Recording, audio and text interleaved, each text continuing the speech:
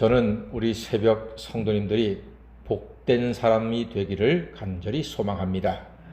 복이 없는 인생이 아니라 복 있는 인생으로 한평생 아름답게 사시기를 주의 이름으로 간절히 축원합니다. 이 복은 세상 사람들이 구하는 복과는 다릅니다. 세상 복은 세상과 사람들에게 구하지만 제가 여러분께 구하는 하나님께 비는 이 복은 오직 그리스도 예수 안에서만 구할 수 있는 복입니다. 그 복은 대체 어떤 복일까요? 세상에서는 골백 번 고쳐 죽어도 얻을 수 없는 그 복은 어떤 복입니까?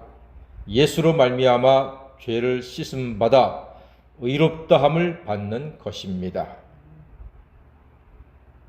예수님의 십자가에서 우리의 모든 죄가 완벽하게 처리되어 정결케 되었으니 얼마나 감격입니까?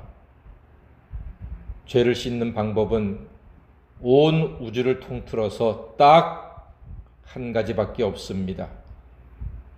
벌금 낸다고 죄가 없어지지 않습니다. 감옥살이 한다고 죄가 없어지지 않습니다.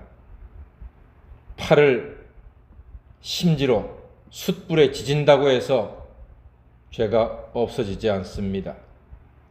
1년 365일 앉아서 자고 앉아서 생활한다고 해서 죄가 없어지지 않습니다.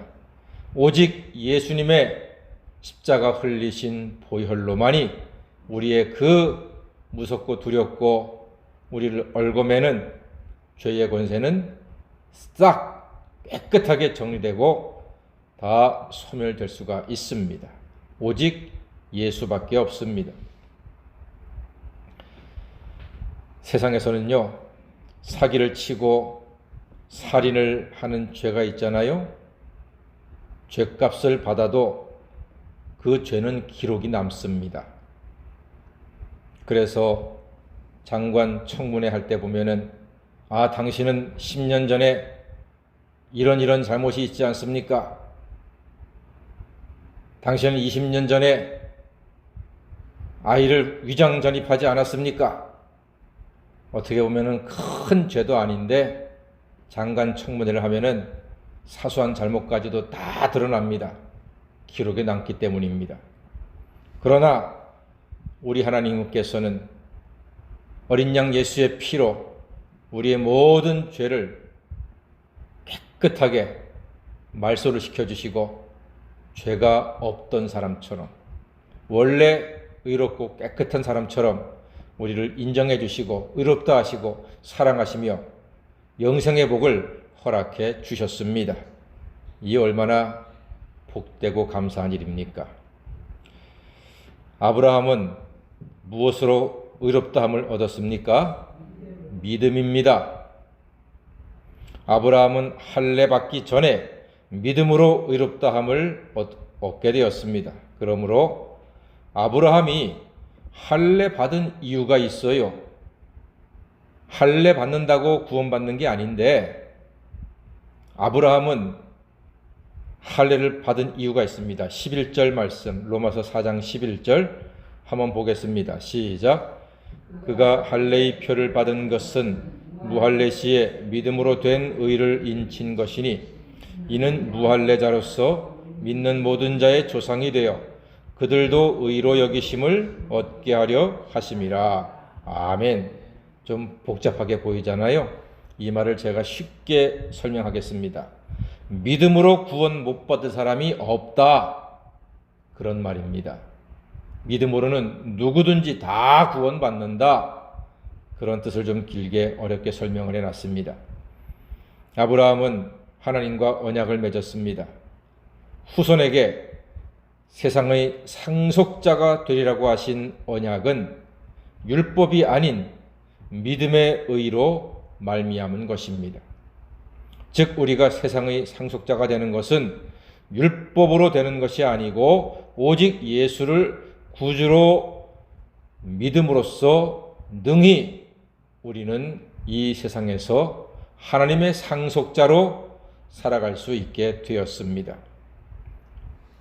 이 세상이 얼마나 아름답습니까? 우리가 코로나 때문에 마음껏 왕래하기는 지금은 쉽지 않지만 우리는 잘 압니다. 이 세상은 정말 아름답습니다. 외국 나가지 않아도요, 우리나라만 다녀도요, 참 아름답습니다. 작년에 전라북도 부안에서 1박을 하고 왔는데 정말 아름답더라고요. 변산반도 국립공원, 말로만 들었던, 학교 다닐 때 교과서에서 봤던 변산반도 국립공원인데 정말로 멋지더라고요. 가는 곳곳마다. 거기만 그렇습니까? 경상도 쪽에 가도 얼마나 멋지고 아름다운 곳이 많습니까?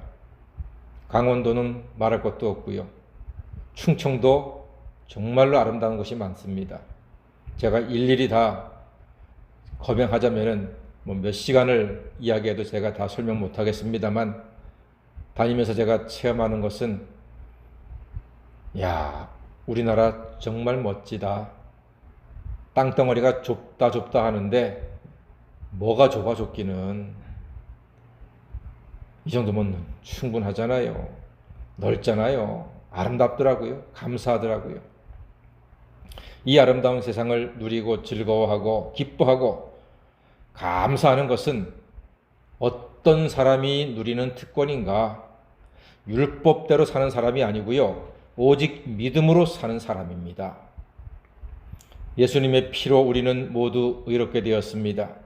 예수의 피로 완벽한 속죄의 은총을 받아 누리고 있습니다. 이 세상은 하나님께서 우리에게 선물로 주셨습니다.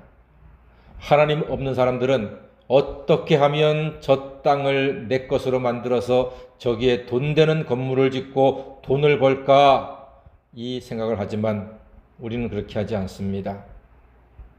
하루에 3끼 배불리 먹으면 감사하고 비바람 피할 수 있는 집이 있으면 됐지.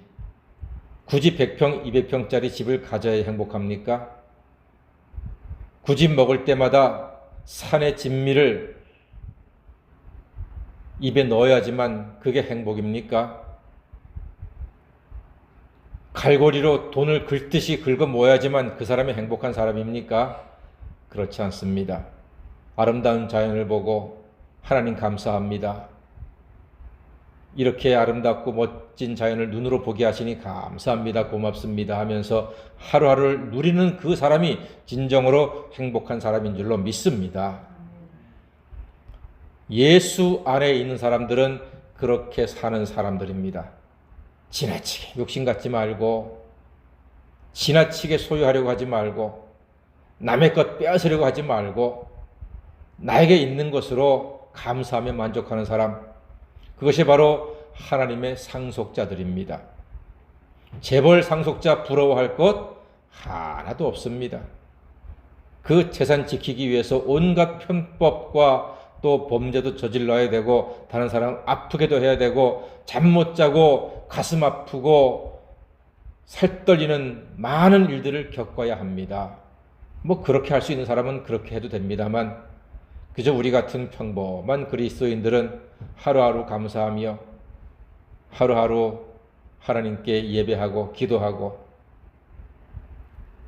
작은 거지만 이스라엘 백성들이 광야에서 하루 먹는 만나에 만족하고 기뻐했듯이 오늘도 우리에게 주어진 소중한 하루, 내가 먹을 수 있는 만나 한 그릇으로 감사하며 이 험한 광야 생활을, 이 광야 같은 인생길을 승리하시는 여러분 되기를 간절히 소망합니다. 그렇다고 율법이 무의미한 것은 아닙니다. 믿음으로 구원받는다고, 믿음으로 하나님의 상속자가 되었다고 율법이 무의미한 것은 아닙니다.